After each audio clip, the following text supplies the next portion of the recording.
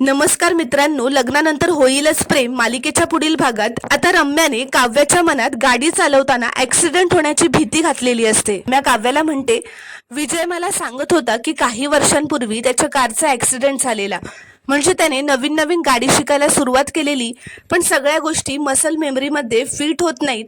त्यामुळे एकदा त्याने चुकून ब्रेक दाबायच्या ऐवजी न बघता ॲक्सेलरेटरवर पाय ठेवला, त्यामुळे स्पीडमध्ये गाडी पुढे गेल्याने त्याच्या कारचा ॲक्सिडेंट झाला आणि त्याला फारसं लागलं नाही, पण त्याच्या बाजूला बसलेल्या त्याच्या मित्राला खूप लागलं। तर हे ऐकून काव्या खूपच घाबरते, कारण काव्या गाडी चालवताना पार्थ तिच्या बाजूला बसलेला असतो, त्यामुळे तिच्यामुळे त्याला काहीतरी होईल याची तिला भीती वाटू लागते। आणि आता ती घाबरतच डोक्याला हात लावते, कारण तिने सुद्धा पार्थ सोबत नवीन नवीन कार शिकायला सुरुवात केलेली असते आणि आपल्यासोबत सुद्धा असंच काहीतरी होईल का याची तिला भीती वाटत असते, कारण रम्याने ती भीती तिच्या मनात घातलेली असते।